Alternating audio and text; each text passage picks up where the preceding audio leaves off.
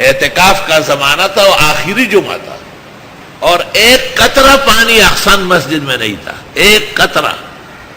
معتکفین صبح سے غریب ایسے پریشان. میں اعتکاف سے ٹیکسی میں بیٹھ گیا، اور یہاں ہمارے قاضی رفیع الدین تھے، سامنے مکان تھا ان کا، اللہ مغفرت فرمائے، اللہ انہیں جنت نصیب کرے.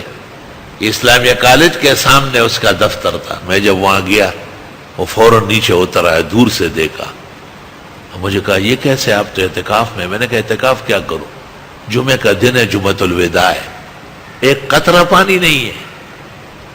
ان کے ٹینک چلتے تھے. انہوں نے فوراً بیٹے کو بلایا کہ ڈیفینس اور کلفٹن کے تمام گاہک اور ان کا پانی کینسل کرو، اور تمام ٹینک جتنے ہیں یکے بعد دیگرے ہماری مسجد بھیجو.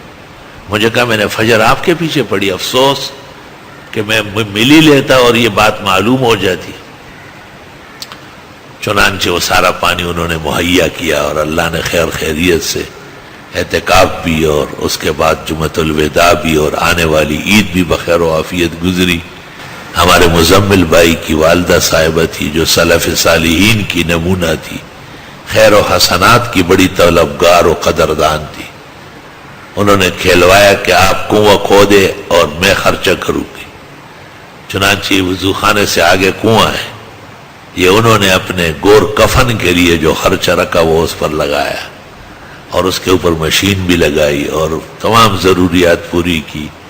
اب وہ یہاں نہیں ہے، آخرت میں ہے. اللہ وہاں انہیں ٹھنڈا پانی، ٹھنڈے شربت اور سلسبیل کا مشروب اور جناب رسول اللہ صلی اللہ علیہ وسلم کے حوض کوثر سے نصیب فرمائے، اور ہمیں بھی.